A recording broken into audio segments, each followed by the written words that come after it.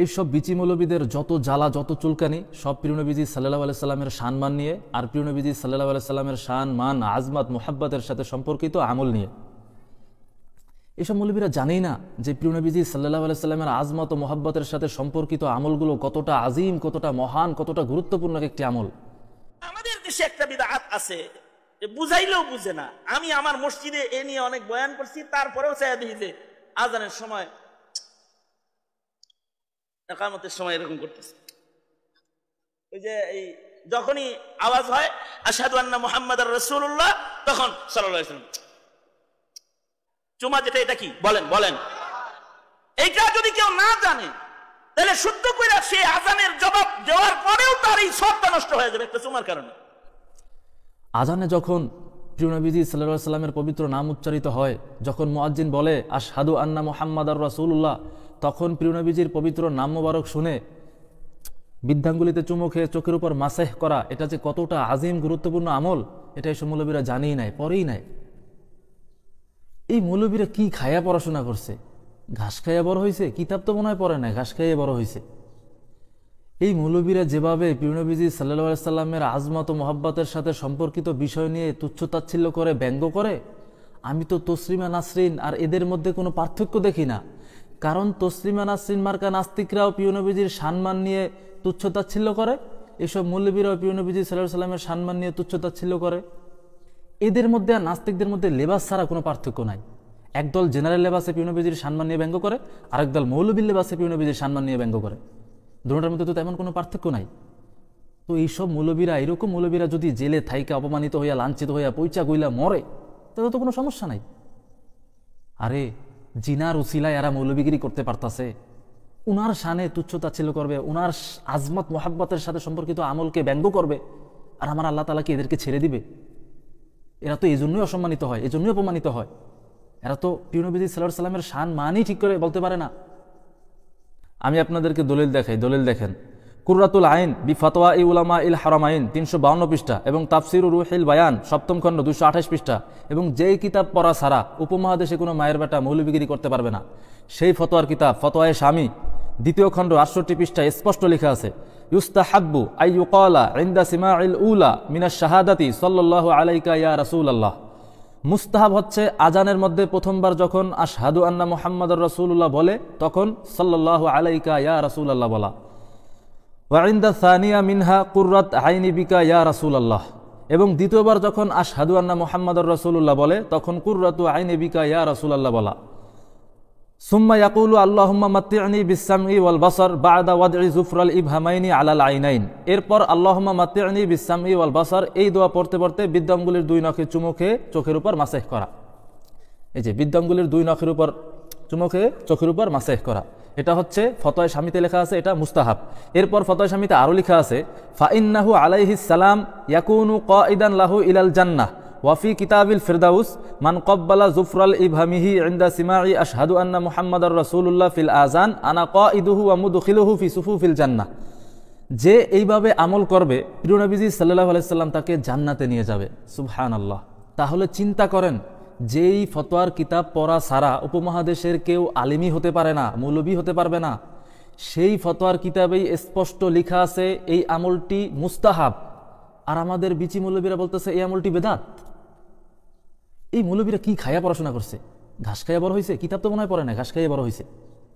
এই মৌলবীরা যেভাবে প্রিয় নবীজি সাল্লাল্লাহু আলাইহি সাল্লামের আজমত ও মুহাব্বতের সাথে সম্পর্কিত বিষয় নিয়ে তুচ্ছ-তাচ্ছিল্য করে, ব্যঙ্গ করে, আমি তো তসলিমা নাসরিন আর এদের মধ্যে কোনো পার্থক্য দেখি না। কারণ তসলিমা নাসরিন মার্কা নাস্তিকরাও প্রিয় নবীজির সম্মান নিয়ে তুচ্ছ-তাচ্ছিল্য করে, এসব মৌলবীরাও প্রিয় নবীজি সাল্লাল্লাহু আলাইহি সাল্লামের সম্মান নিয়ে তুচ্ছ-তাচ্ছিল্য করে। প্রিয় নবীজি সাল্লাল্লাহু আলাইহি সাল্লামের নাম মোবারক আজানে শুনে এভাবে চুমো খাওয়া যে কতটা আজিম, গুরুত্বপূর্ণ, মহান একটি আমল, এটা তো এইসব মৌলবীরা জানেই না। শুধু এই আমল পরিত্যাগ করলে, এই আমল করা বাদ দিলে কি পরিণতি হতে পারে জানেন? শোনেন, আমি আপনাদেরকে শোনাই। দলিল দেখেন।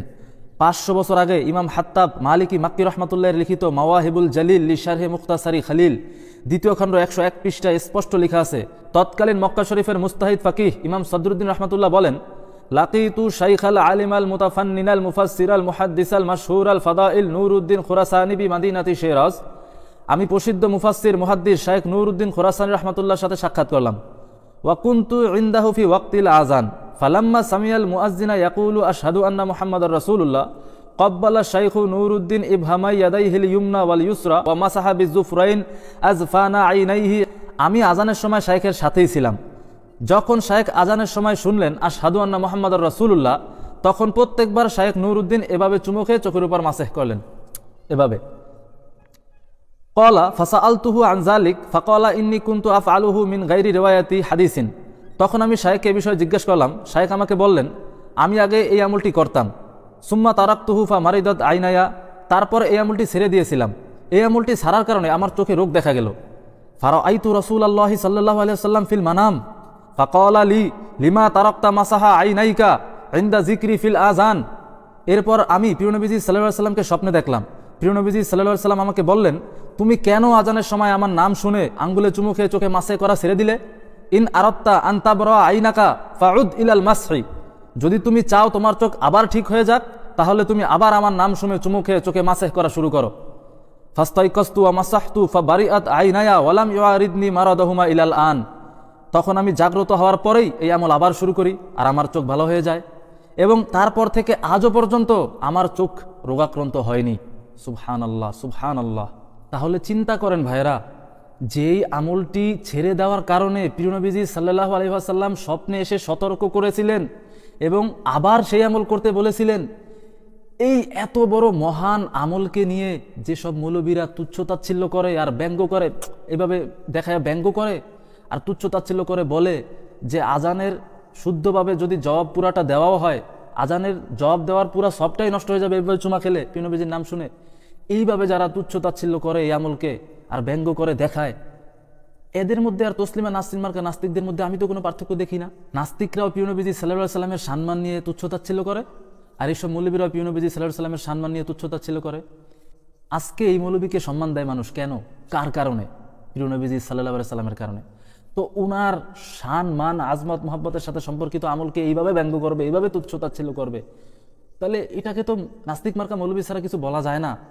আর এইসব মৌলবীরা অপমানিত হবে, লাঞ্ছিত হবে, এটাই চিরন্তন।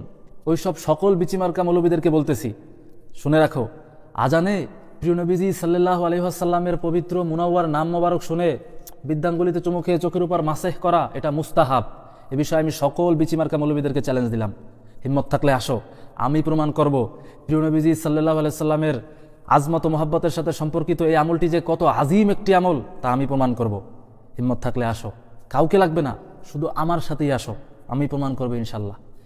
আর আপনাদেরকে বলবো ভাইরা, আপনারা এইসব বিচিমার্কা মৌলবীদের কথা পাত্তাই দেবেন না।